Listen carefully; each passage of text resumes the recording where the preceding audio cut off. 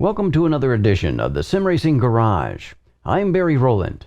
In this episode, we'll be reviewing the new shifter mod for the popular TH8A shifter from Thrustmaster, the ClixBeetle Pro from Nolito 3D. I have always thought that the stock TH8A felt a bit vague when shifting, and I'm always looking for mods aimed at enhancing the tactile feedback we get when using the TH8A. Can the ClixBeetle Pro make the TH8A a better feeling shifter? Time to put it through the SRG's review process and find out. So, let's get to it. Now let's take a closer look at the ClixBeetle Pro. Now you can see that this is actually printed. It doesn't say ClixBeetle on it. First thing I noticed, it doesn't really say ClixBeetle on it. It says Nolito 3D, right? Now, I was curious about this because I've actually done a couple of shifting tactile feedback shift mods on this TH8A before, but they were usually like this, something that was just a piece of 3D material that was printed, and it had some notches in it. You can see the notches there against my shirt there. And as we went past those notches, of course we put grease on there. As the shaft moved past the notches, you would get that resistance, right? Well, this is a total different deal, and I like this. And I was really intrigued when I saw it. That's why I wanted to get one of these in and do a review on it. This is also a 3D printed block of material. It's made from PLA, and it's got something else going on here, as you can see. For tactile feedback, we've got actually going to have some metal against metal. See those ball bearings in there on both sides? And now we have these grub screws or set screws, whatever you want to call them, are retaining those balls in there with springs in between them. There's actually a spring in here. And this actually comes, the tension on this comes set from the factory when they send them to you. So you're not supposed to actually be able to set them. But they were kind enough to send me two. The one that you would get if you ordered it will look like this. You can see these shiny parts here. There's my little pointer.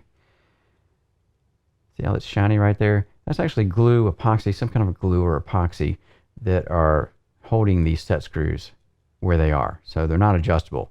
They know the tension that they wanted to have on this, and so they set that, and you can see on the other side we have it there too. So I won't be taking this one apart. However, they were kind enough to send me one that I can take apart without messing up the epoxy or glue or whatever they're using there. Right, so it's a simple matter of twisting this off, and I'm going to get my, I believe that was a 5 or a 4. I think it's a 4. Yes. And I'm going to twist this off and show you how this is working, one of these. And it is spring loaded, so once I get it to a certain length there, I want to very carefully take this out. So I'm going to unscrew that. Kind of keep my thumb on things. There we go. And it's not too much friction there, but there we go. You can see that's a very large, oops, the spring already took off and went over to my magnetic dish. So there's the screw, little grub screw thing, or set screw, right?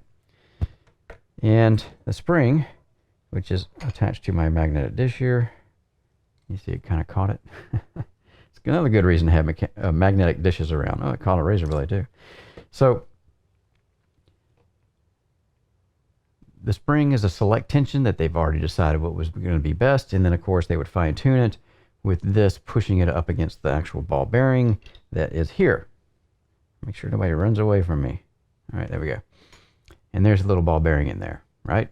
So it's a very cool way this works. Now, when they print this 3D print, as I said before, they've left some material in there that will actually are printed. This is not, you make stuff with this. You don't mill it out like a CNC machine. But yeah, there's a pocket in there. So when I drop this ball bearing in, let's see if you guys watch me drop it in there. Freak. There you go. And now you can see it's kind of sitting there on the other side. Then we'll put the spring in and start with our grub screw again. And get it started. I think I can get it started with my fingers. Looks like it. There we go. And then it's just a matter of screwing it in. All right. And again, this is set by them the way they want it to be set, as we saw before in the glue thing. So if something did happen, though, at least you know that there is a potential for you to take this apart and fix it. You know, if a ball bearing wears out, which I couldn't imagine it would. But if maybe this piece wore out eventually sometime, you could replace the whole block. But they'd probably send you a whole new one anyway. Right. So as you can imagine what's going on here, these ball bearings are under spring pressure, as we saw. And as we actually push on one of these. I don't know how well you guys are going to see this, but that ball will actually go down. And so that, when it goes down, that's when the shifter shaft over here goes past it, then it's going to push it down. And that'll give us some click through or push through tactile feedback when we're making the shift. Actually, I'm intrigued, like I said, I'm intrigued by this. I think this is probably going to be the best one I've seen so far as a tactile improvement on the TH8A's shifting action. Right. So what else can we talk about? Oh, we have these things here, these clips, and we actually got a few of those here. And these are the blue clips here that are going to go on top of our shaft and keep this guy from riding up. At least that's the idea. Now, as of the taping of this video, they've actually changed this design. And I'm going to show you a picture of what they have here, which looks a little more secure because it has those grooves in it, so you can actually click it together and it won't come apart, and you can really cinch it down on the shaft. So yeah, won't be using these, but I will be using these. But if you buy one now, they're going to send you the new type of clips that will hold this block down to the bottom of the shifter assembly. Yeah, so this is pretty simple to do as far as putting it in, and we're going to go through the process. Actually, they give us a nice little in-depth guide here on how to do this, right? So it's page after page of pictures, pretty good pictures here. So yeah, how to take the covers off. And remember, when we take these covers off TH8A, we got that wire to worry about, so we're going to make sure we don't screw that up. And yeah, just guide you through the whole process. And again, simple to do, really. You just got to be careful with it, be patient with it, and everything should go pretty well for you. So what we're going to do next is, when we come back in the next segment, we'll be actually pulling this apart and then greasing this baby up, putting it in there and putting it back together, and see how that goes. So now let's get this ClixBeetle Pro installed. First, of course, we got to take this apart. And it's easy enough. Just pull the handle off, the knob rather, shifter knob. Then we need to get our metal shift gate off, and that is 4 screws to come off, and these are 2.5 millimeter hex heads, little socket cap screws actually. And yeah, these are all metal because it goes into metal. One of the things I like about this, you see the fine thread there on this, and the little socket cap head screw thing going on, is this is a lot of metal in this construction. And that's one thing I've always liked about the TH8A. It's just, that just speaks to longevity, wearability, whether it's going to break or not. I mean, of course, the electronics board or something like that can always go bad, but yeah, when you've got the main things that you're slamming on when you're shifting this thing, yeah, it's much better to have metal in there than plastics, as you might imagine. All right, so there we have it. Our little steel shifter gate is off. And now we've got 2 Phillips screws we got to take off. We got one up there on the top next to our little switch. Again, pay attention to this switch because it's got wires in here we have to be careful with. And we've got one on the bottom there. So we'll go ahead and take those out real quick. And these are also going into metal and not plastic. So get these out, see what they look like. There we go. Again, we have our nice little Phillips head, and it's a machine thread there going into metal. Outstanding. Now, I always like to, when I pull this out, we've got this little shade in there. It's fabric. It's kind of like springy fabric, and it's got a little plastic piece there. I always like to pull that up first before I start taking this plastic piece off. And again, there's some wires right there, and we should be able to see them once I start taking this off. So let's see. Careful. There we go. All right. You see the wire there hanging down? So we want to be careful with that. And sometimes when you open this and you look down in there, on some of these, the wire isn't long enough to take this off. Well, it's long enough, but it's got a little actual zip tie in there. And in the instructions right here, they actually have a nice picture of that. And you're going to have to clip that zip tie to get enough length on this wire to be able to slide this cloth piece up far enough to get it off the shaft. And then you can kind of flip it off like that. But you're still going to have to be careful. Now, I'm going to show you what I'm talking about. Obviously, you can see the wire pretty well now. And there's a hole in this plate right here. Okay? See that hole? That's where the zip tie is usually, that is holding this wire next to it. Kind of turn it around that way so it goes a little closer. And I've snipped mine off, you know, maybe half a year ago because I do mods to this thing all the time to check them out. And yeah, just putting it back on the whole time, you know, putting things in and then putting it back on. It's kind of a hassle, but you can do that if you want, right? But yeah, I just leave it off. Just let it roll. And if it's, you know, hopefully it won't get pinched in there, but there's always a chance of that. Just remember.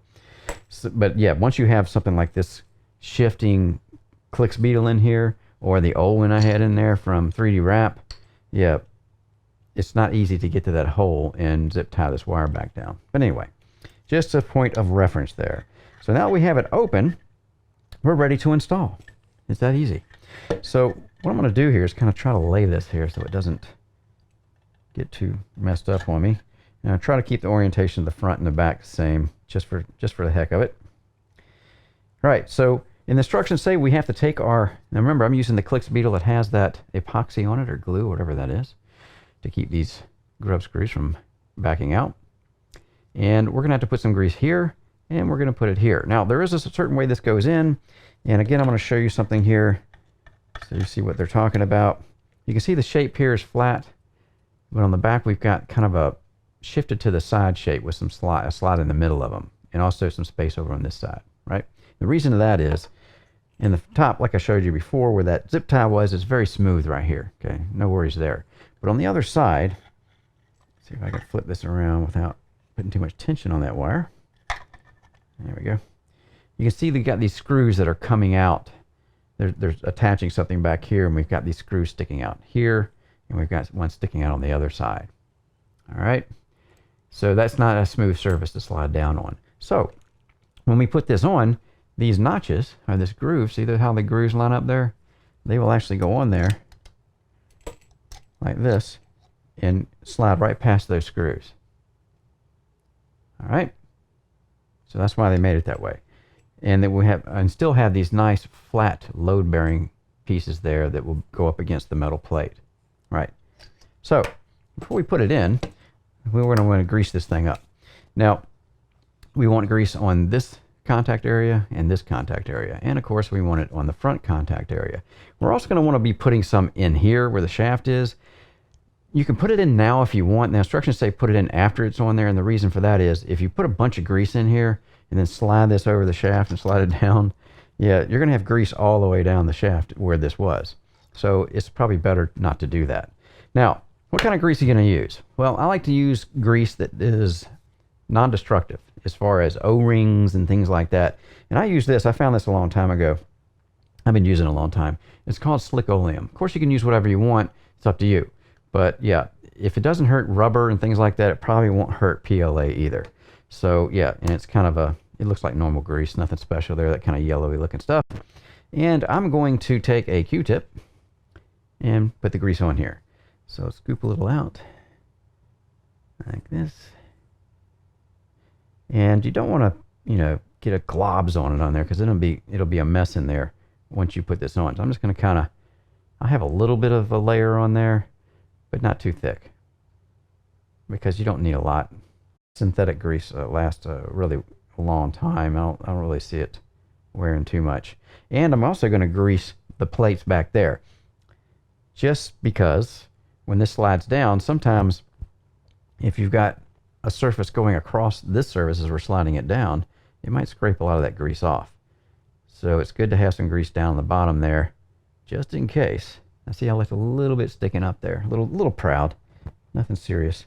Now I'll get some grease and I'll put it down where this is actually going to be sitting. So I'll just grease that up a little bit. Now you guys probably can't see that very well, but just in the spot that I know where that's going to be sitting.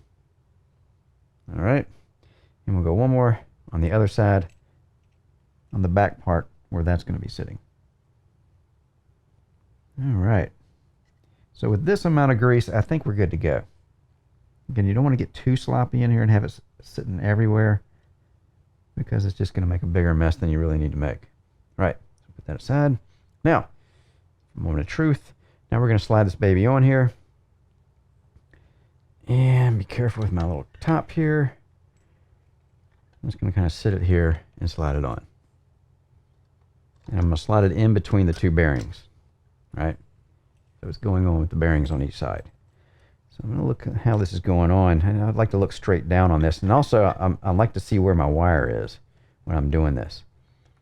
And we have, I think I'm just going to let the wire kind of sit on, see where that space is from that notch, the way this thing is shaped. That little notch right in there. I think I'm just going to let it slide down past that. I might change my mind later once I look at it, once it's in there, but I think that'll do. All right, so I think that's it. There we have it. It is installed. And let's see if it works. Oh, goodness. That's actually pretty tight, man. Wow. Of course, it's just in my hand. It's not mounted solidly to the rig, and it's going to probably feel less than that once we have it at that point. But yeah, that looks pretty good. And now that we have it in there, now we're supposed to grease the other piece. Get me a clean Q-tip here. Now we're going to grease down where the shaft is. All right. So very carefully, I'm going to go on either side of this, where the ball bearings are, and just kind of grease it up there. Make sure I get on both sides of each space. And I'll go in the front now, trying to avoid my wire. So yeah, you just need to get the top part of this. You don't have to shove it all the way down to the bottom. Just get in the upper part there, because that's where all the friction is going to be, I believe. All right. So now we should have enough in there. Let me just get a little bit more. That in between where the shaft is sitting right now, once I move it, it'll be able to catch the grease on either side and then drag it across the space that we didn't actually do it. Or if you want to, you can actually pull this back now, all right, and then put a little more in there, right in between the ball bearings themselves. There we go. Oh yeah, it looks good. Ah, I love grease. Okay, so now I'm going to shift it back forward and over, and it looks like it's working like it should. And you can see I've already got some excess grease here on the top of the shaft, and I'm going to, oops, that wasn't too cool. I'm going to kind of shove that back down in there. I don't want too much grease to get up here, because I want my clip to hold this down. That's where the clip comes in, and we'll see that in a second here. Give me one of these clips, and this will actually slide down on top of this on the shaft itself, or you can kind of just clip it on there if you want, I imagine. So let's see how that works. Push it on. I think I can squeeze these tabs here, and it might open it up a little bit. Yeah, like that. There we go. Like that. All right. So now we have our clip installed. Really, there's not much to this. Goes on pretty quick and pretty easily, it looks like. All right. So yeah, there's not much else to do here, is there?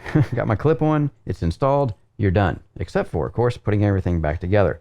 Now, again, when I put this top part back on, I'll go the other way with the ring, kind of push it through towards the bottom. Remember, before I pushed it through the top, so I can get this ring started on the shaft itself, like that. There we go.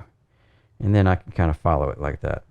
And as I'm doing it over here, I'm watching my wire, and I'm actually going to take my fingers and kind of feed this down a little bit and see where it's going as I'm putting it in. It's one of those things that's hard for me to show you guys, because I got to look straight down on it as it's going in. All right.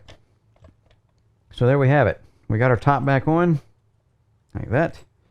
And now all we have to do is put it together the exact same way that we took it apart. And when we come back, I'll have it all back together and see how that looks. All right, now we've got it all put back together. And I must say, it feels pretty good. In fact, you can hear that clicking sound. Now I know why they call it the ClixBeetle. It's got the clicking noise that's just a tactile audio bonus for you. And it feels good, it really does. It feels, it's hard to say, it just feels very natural. And remember, we don't change as far as the sideways spring goes, the return spring. It kind of goes together pretty well, like it's almost meant to be in there. Yeah, I really like this.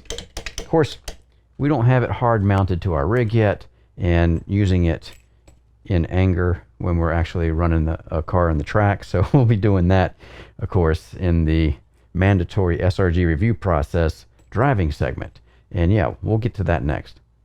We now have the shifter mounted to our profile, and I used the clamp here. If I was going to mount this shifter permanently to my rig, obviously I would have some kind of a aluminum plate that would screw down to my profiles, and then we could screw this shifter, get rid of this clamp, and just screw it directly to that plate, which would give us obviously a firmer mounting surface. Now, you can hear the clicks there, at least I hope you can hear these. And that's as the shifter lever is going through those ball bearings and pressing them in and going past. It's kind of a neat sound. I don't know how well this is going to translate on the video audio, but it is a nice sound, and it gives you a good tactile feedback. Anyway, when we're going slow and we're just sitting here, it feels really good as compared rather to other mods I've had in this TH8A as far as tactile feedback for shifting goes. So I think this is going to be okay. I think even when I'm shifting fast, shifting down, when I'm going to do some heel and toe here and go ahead and pound on it a little bit and yeah, see how it reacts. So yeah, I think this is as best as I'm going to get it mounted for this test rather. And yeah, we'll just go ahead and get in and do some driving and see how it does. So here we are at Sebring in iRacing in the Lotus 79 for some heel and toe exercise. And yeah, I think this is a 4-gear downshift through here. Yeah, this is the hairpin. And this is a great place to test any kind of shifting mechanism or shifter in general, especially H patterns. And I have to say the ClixBeetle has allowed me for the first time to still feel the tactile feedback that these kind of things are designed to give you in the TH8A while I'm using it hard and, you know, slamming it pretty good. I'm not very good at taking it easy on stuff anyways. You guys may know if you've watched some of my other videos. But yeah, here I can still feel the tactile feedback when I'm shifting fast and hard and concentrating on lap times. Whereas every other actually unit that I've ever put in the TH8A that's supposed to give us more tactile feedback, you know, when you're sitting there and just using it without driving, you can feel it pretty good on those other ones. But under the heat of battle here, when you're really driving hard, trying to get good lap times, it kind of goes away. It kind of fades away. You really don't feel it as much. And the same thing happens. There is a diminishing return here on the ClixBeetle when I'm driving it real hard and slamming it around. But this is for the first time, I can still feel that shifter lever going through those ball bearings and pushing them back against the spring pressure as they snap back. You can feel it still. And I'm pretty impressed by that because I wasn't sure. I thought it would be kind of like the others and just wouldn't feel it much when you're actually using it in anger. But yeah, I'm happy to say that this doesn't do that. It fades a little bit, obviously, because, you know, you're hammering pretty hard on it. I'm shifting very quick. So yeah, but it's still there. And that's the big thing here that surprised me. So yeah, this ClixBeetle is definitely doing its job. I'm having a blast going around as usual in the Lotus 79. It's a challenging car, especially if you're going to use heel and toe technique when you're using the downshifting. And yeah, it's just something that will reveal the strengths or the weaknesses in whatever that I'm testing. And I put about 5 hours, or actually more, a little bit more than 5 hours, I think, off and on, obviously, in this cockpit with the ClixBeetle installed in the TH8A, and it hammered on it pretty good because that's pretty much the only way I drive. And I actually took a look at it, and I couldn't see any obvious wear points. And I think that's because of the design is a good design, and also because we did put a good amount of grease on it to make everything slide and not create any wear points where it would be dry. And also, again, to point out here, this is a 3D printed part, so there's no way for me to tell you guys just how long I think this thing is going to last before it might suffer some degradation in performance. I mean, there's just no way for me to tell that. But all I can say is for the time that I've put on it so far, it's still doing a great job, and I haven't noticed any degradation in the performance of this ClixBeetle. So yeah, I guess that's about it. What we'll do next is, yeah, just go ahead and get to the final thoughts. Final thoughts on the ClixBeetle Pro. The Thrustmaster TH8A is a pretty solid H-pattern shifter considering its price point, but it certainly could use a bit of tweaking to get it to perform better than the original. Increasing the tactile feedback on the very popular Thrustmaster TH8A is something most owners would like to do. One of the cool things about running the Sim Racing Garage is when I hear from guys who are developing new takes on ideas that I've tested before. It's a lot of fun to see what others come up with to improve on a piece of hardware. The ClixBeetle Pro from Nolito 3D is a great example of this. I have previously tested kits that were developed to improve the tactile feedback that is somewhat lacking in the TH8A shifter out of the box. The ClixBeetle Pro is the first TH8A tactile feedback mod I have seen that actually uses a mechanical element to enhance the feel of the shifter moving from gear to gear, using ball bearings that are under spring tension to give the user a satisfying click to every shift as the shifter shaft pushes the ball bearings into their respective spring-filled cavities in the 3D printed housing.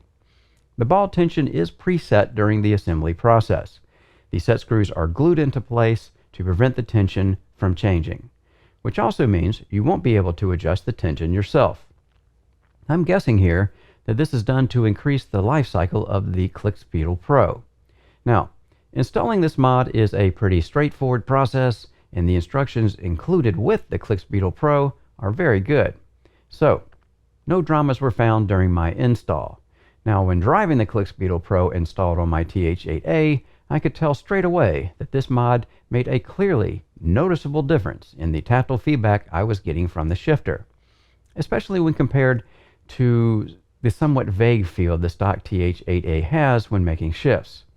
I had a lot of fun putting it through some pretty rough testing during my heel and toe shifting sessions.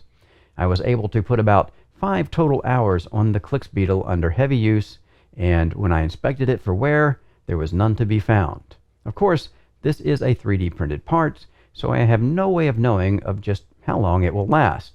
But I can say it will be staying in my TH8A shifter for the foreseeable future. I'm Barry Rowland. Thanks again for watching the Sim Racing Garage channel. Don't forget to hit the subscribe button. And if you would like to help support what I do here at the SRG, visit my website at simracinggarage.com.